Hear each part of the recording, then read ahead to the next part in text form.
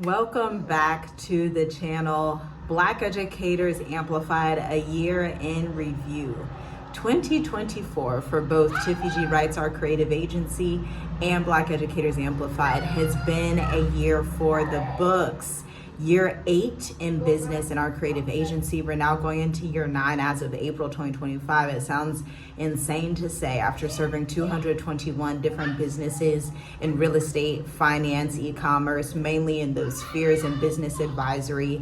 It feels amazing to say, but today I want to talk to you about an interesting story because I've been doing a lot of reflecting, and I was thinking about when I was in Ohio, 2019, 2020, and I had the goal to move to Africa with my husband, of course, and my children, and we were very strategic with that goal. So what I would do while my husband was at work, he was working 2 jobs so that we can save up some resources, and then obviously I was running the business. So the whole goal was that I would go Monday through Friday. I'd wake up at 5 a.m.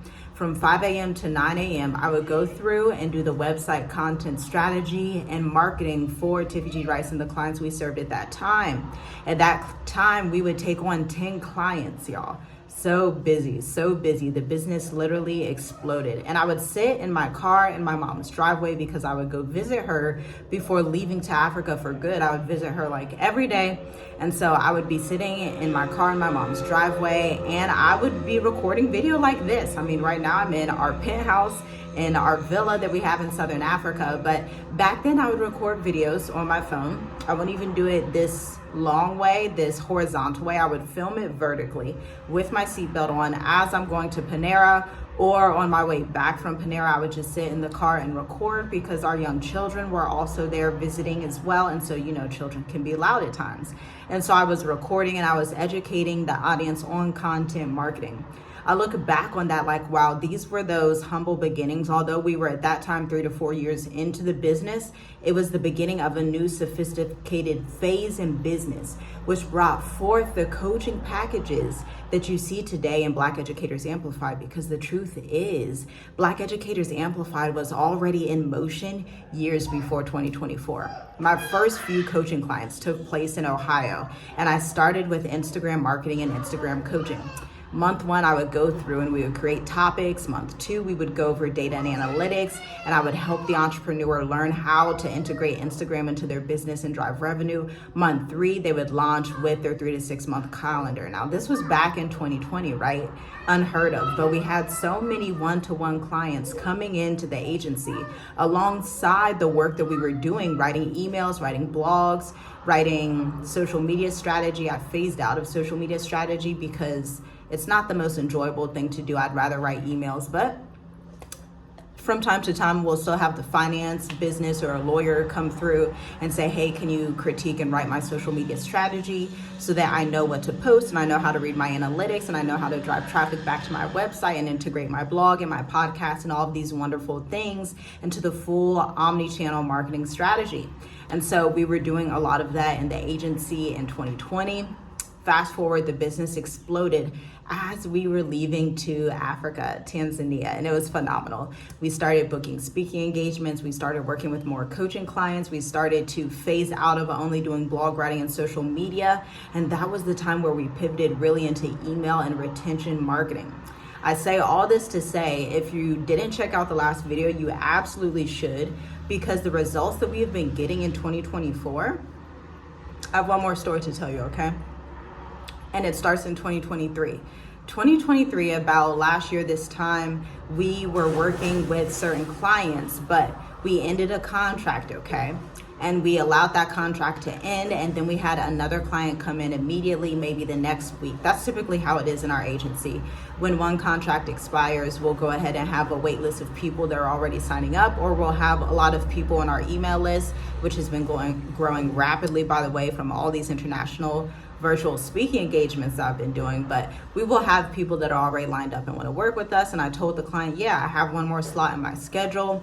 Now, this client, this was the largest content marketing package I had ever put together. This business, because they were so successful already and knew the value of content and email marketing, they were already writing all their emails, okay? And so they were like, can you write like 40 emails a month? And I sat back and I was like, yes, absolutely. Yes, I can. And so we start the package, we package it up. We later upsell them into website content and SMS and retention marketing strategy and blogs and all of these wonderful things. Listen, to this date, that business has increased their revenue by 808% to date. Okay? And so if you're in a place where you're like, man, I don't know if I should start this business right now, I don't know if I should move into this more sophisticated area, you absolutely should, because on the other side of fear, if you just put the fear away, is the biggest expansion that you can imagine. Because last year at this time, we wouldn't even fathom that we would be in the place we are today with these contracts. It totally shifted the way we show up in our business to where we serve more corporate, sophisticated clients. Of course, we come back for the small businesses and Black Educators Amplified, but that agency has been elevated to a level where we're only working with clients that bring in $300,000 a year or more. On average, our clients in the agency now average $1 million in revenue a year when they work with us, okay? And then we amplify that and we help them get on the road to 8 figures. How? Through retention and content marketing, whether it's real estate or finance. Those are like the top 2 niches that we serve.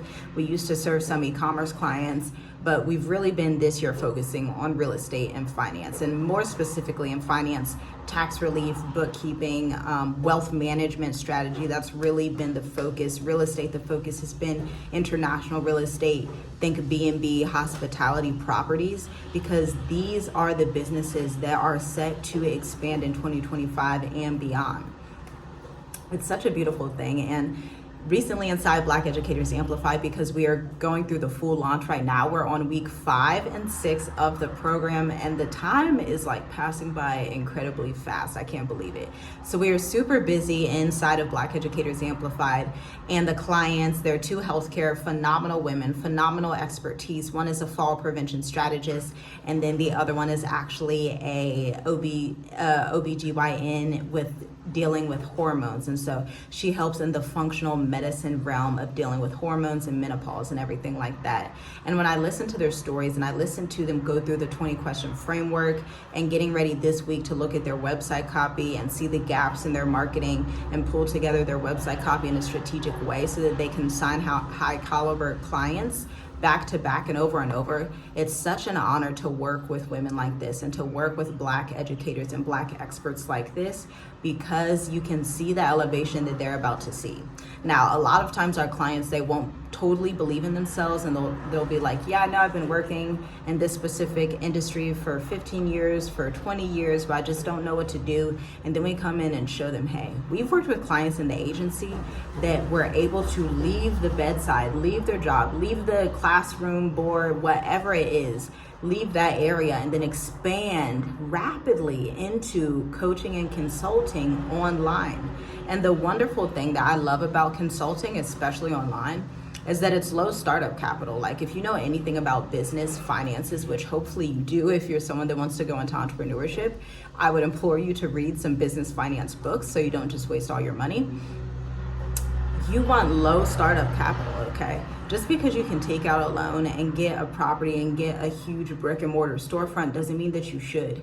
You want the client base and the customer base to be there before you do that. So you want to scale in a small, sustainable, profitable way so that you can always be on a growth trajectory. Think about a business. Let's think about a business like imagine you're a business owner and you get funding for $150,000. And you're like, well, we don't have an audience yet. And instead of spending that money on your marketing, your consulting, building out your website and attracting an audience, starting a podcast where you can actually attract the right audience, you put up a storefront and you just hope that people are going to magically walk through the door. That's not how business works before you ever start a brick and mortar, if you decide to even start that, because it's not even a requirement. But before you ever do any of that, you need to have an audience base, because those expenses are still going to be coming in, right? Those people are still going to need to be paid. You're going to need to be paid because you're not working in your business for free, hopefully.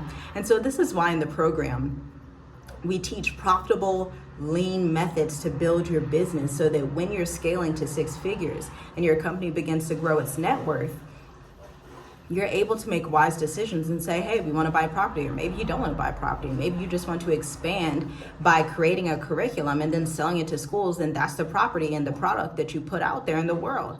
That's what we do. We do not want to expand brick and mortar stores. We don't want to franchise in that way. We want it to be intellectual property based, where we have coaches and consultants come in and replicate what we're doing. And it's so beautiful to see, because our children are getting older. Our oldest son is 13, our oldest daughter is 10, and they're looking at everything. They're watching us in the coaching company. They're watching us in the creative agency. They're already starting to learn some of the work and to do a bit of the work that's associated with like writing, community management, really learning to properly articulate what they want to say and what they want to do.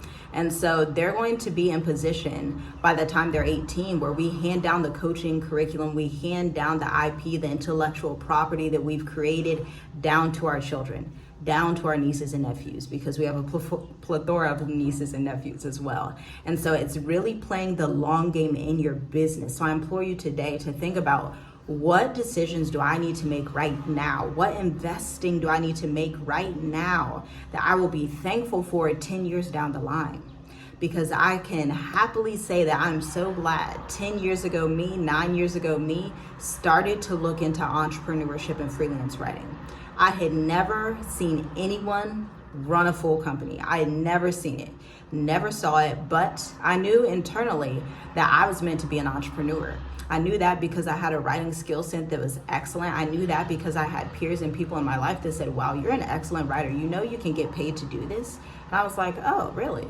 And then once we saw how people, when we would write their blogs, their company would go viral and they would be in Target, how we would write their emails and they would bring in $25K to $50K a month through email marketing, how when we would get in and actually drive empathy-driven narrative frameworks into what they were doing, it was like they became client magnets, okay?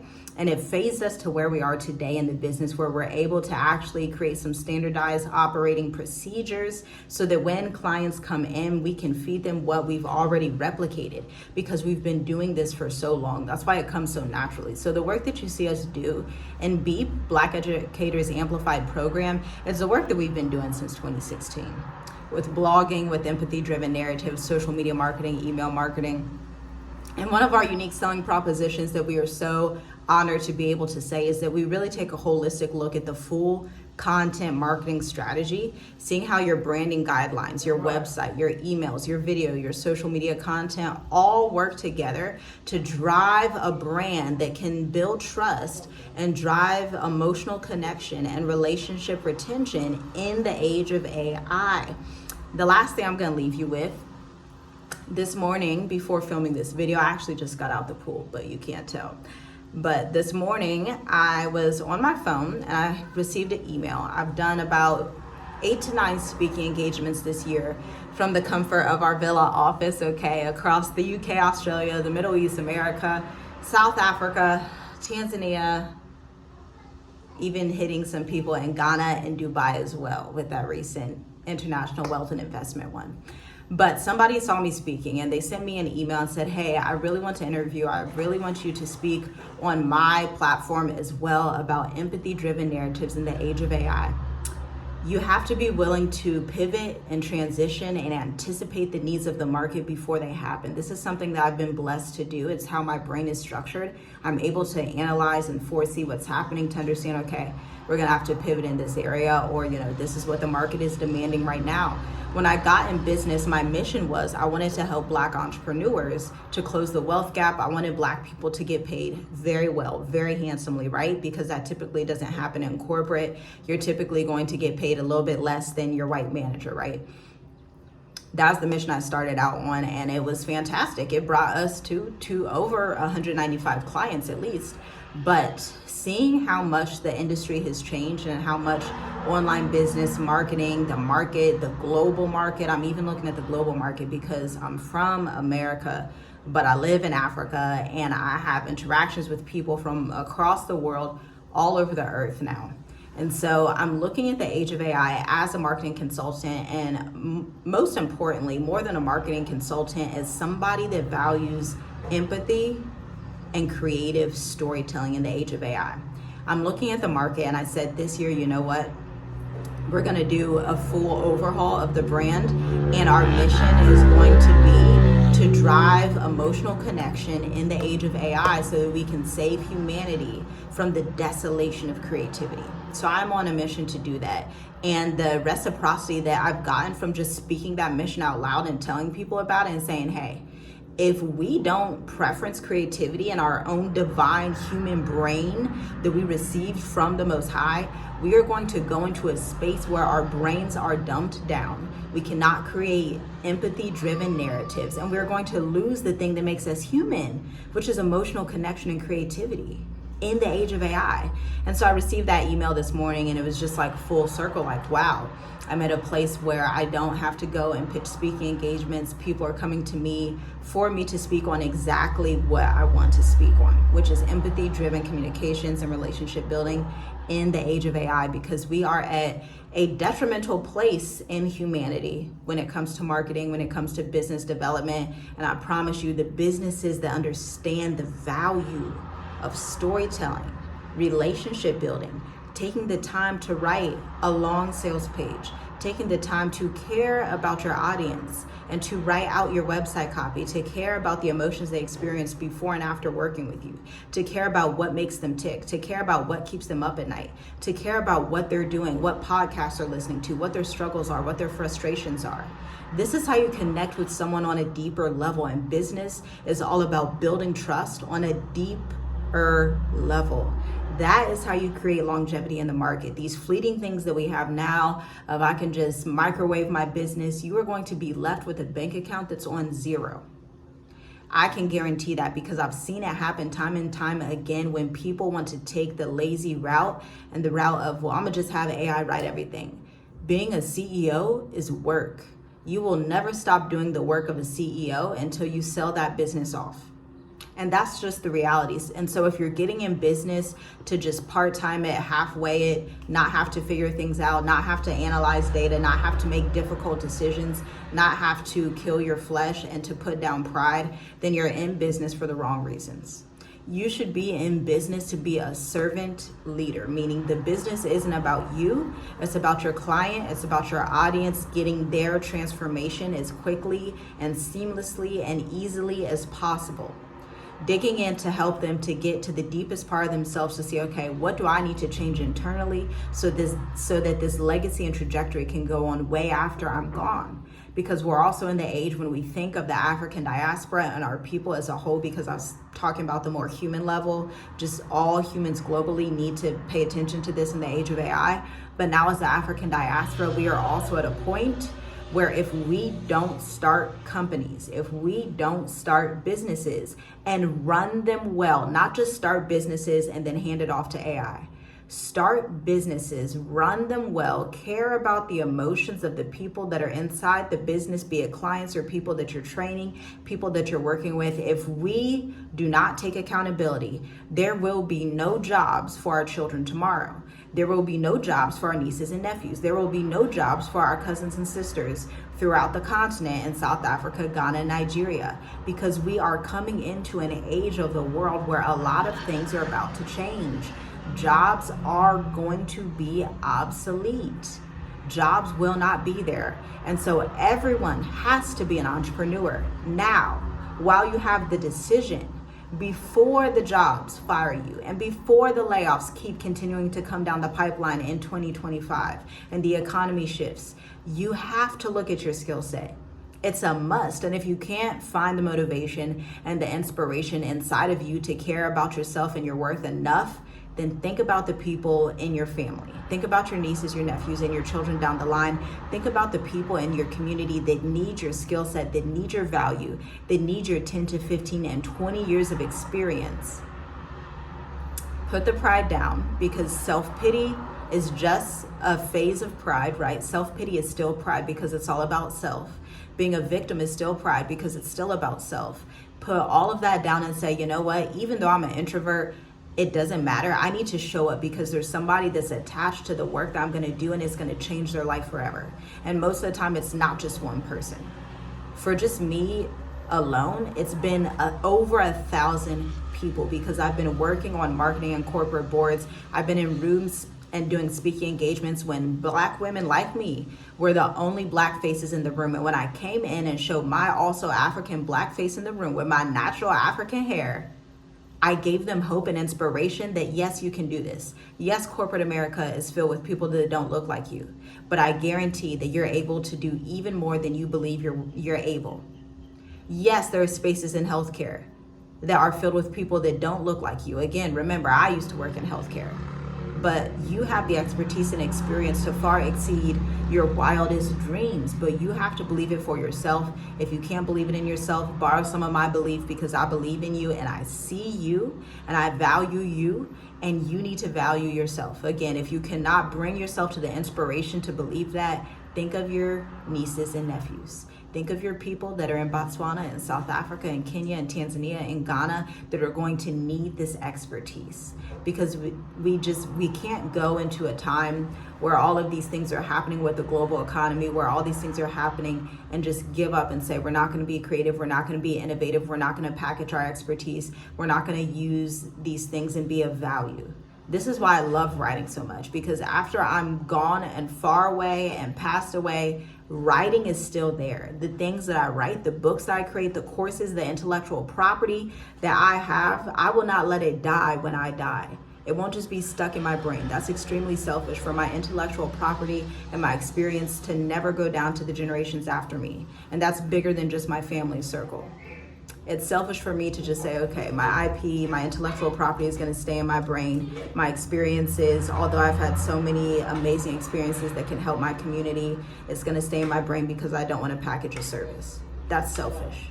So instead, I'm like, no, I have to do the work now. Every step I go to pull and extract the information, the experiences that I've had in corporate America, the experiences that I've had working with real estate and finance across the world, the experiences that I've had dealing with clients that are in Australia, the Middle East, the UK, and being in these different groups that not all of my community is able to get in at this moment. No, I need to extract those experiences. I need to put them on paper. Yes, it's work. Yes, it's time consuming, but I need to structure and package this so that my community has something to look back on. Whether it's a book, a course, a program, a curriculum, a certification, whatever it is. And for us, it's been all 5 things. And then continuing to build out that IP. That's a work that we will continue to do until the day that we die, because we see the impact of giving our community information. Again, I say this multiple times in the videos that we do, but my dad would always tell me, and it goes back to childhood, education is the way out of poverty. He would always say this to me. He would always say this: education is the way out of poverty. Education, education, education. So me as an adult now, that doesn't just mean going into $60,000 to $100,000 to $200,000 in debt for student loans, but it means I need to get the knowledge that I don't have, and then not only acquire that knowledge, but I need to pass it down to the people in my community. So that's what I wanted to leave you with today. Go out there, be inspired, be motivated, make the hard decision that 10 years down the line, you're gonna thank yourself for.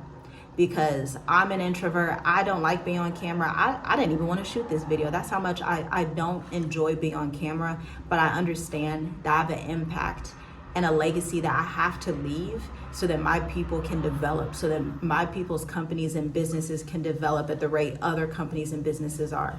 So we have to make the decision. I'm not going to be selfish. Yes, I'm uncomfortable on camera.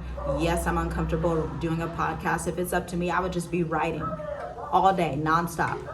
But I understand that the mission is so big now, especially at the phase we are in the world, we don't have time for the selfishness. And so be inspired, be motivated, critique yourself, pull out the best version of yourself that isn't going to be selfish, pull out the version of yourself that's going to say, okay, I have to do this, because I am the only one that has my experience and my expertise. I'm the only one that can teach this in this fashion. I'm the only one with my experience. I leave you with that today. Go ahead, like, share, comment, subscribe on this video, and we will see you next time. Check out the links in the description to hear about Black Educators Amplified, to see the ebook. We will open registration for the 2025 cohort.